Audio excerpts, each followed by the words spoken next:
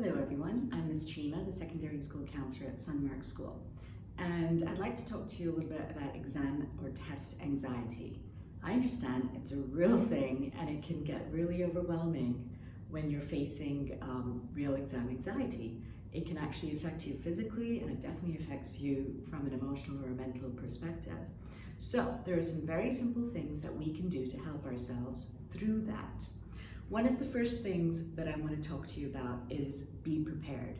What does that mean? It means know your schedule, pay attention to it. Sometimes we try to avoid things that we're scared of, and we try to avoid things that make us feel bad, and some of you may actually just, not really register or pay attention to the schedule that you've been given.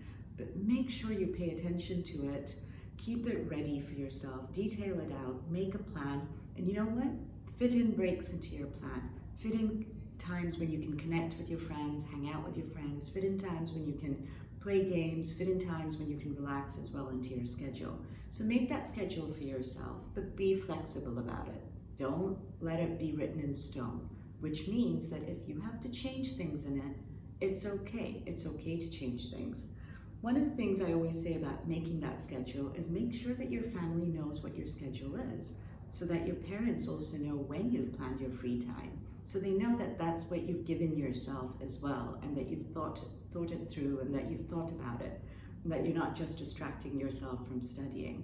So that way, there's no additional pressure as well and stress that's added onto you with people telling you to go and study.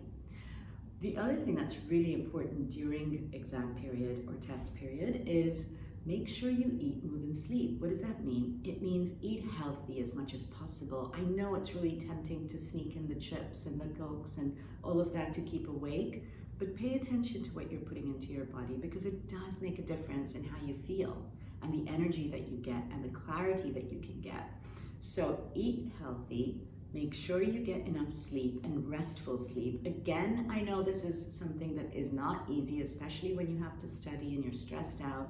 But at least, make sure that the sleep and the number of hours of sleep that you get is restful, which means don't play on your phones, don't use technology during the half an hour or so before you need to get to bed and get to sleep. So time the number of hours that you want to sleep. We all have our phones now and our health apps, so we can actually use them to be able to time that.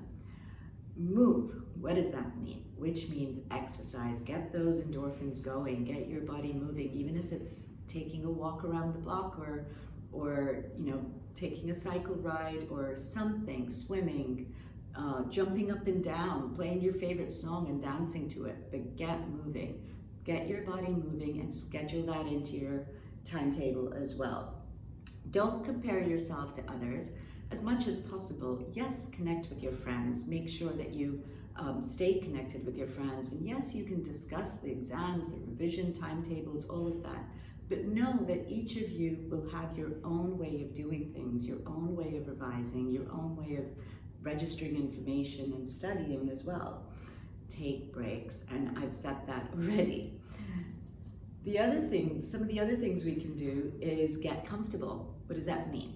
Make sure you have a space that you're comfortable in to spend time to revise and to study. This space should be your space, and let your family know that this is the space you're using for that period of time, and that it may look messy and that it may not look very tidy, but make sure that you know where everything is within that space as well. So you have that organization in your chaos, so to speak. But make it your space and get comfortable in it.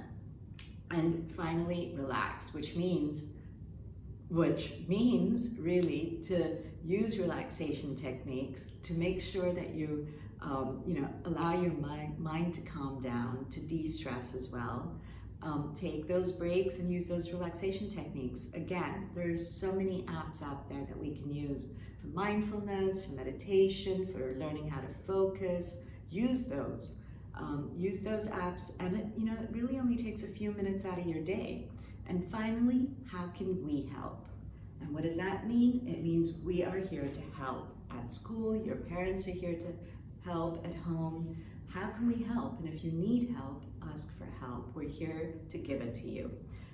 Your teachers are more than happy to explain, to give you any sort of information that you require, which is additional. So make sure you seek that help. Make sure you let people know that, you know, there are certain areas maybe, or there are certain things that you need a little bit more information on. If you need to talk through things, I'm always available in school. Your parents, I'm sure, are always available as well if you need to talk through things. So remember, we are here to help. I hope some of these tips help you in the meantime. And if you need any more information, I'm always available in school. Have a nice day.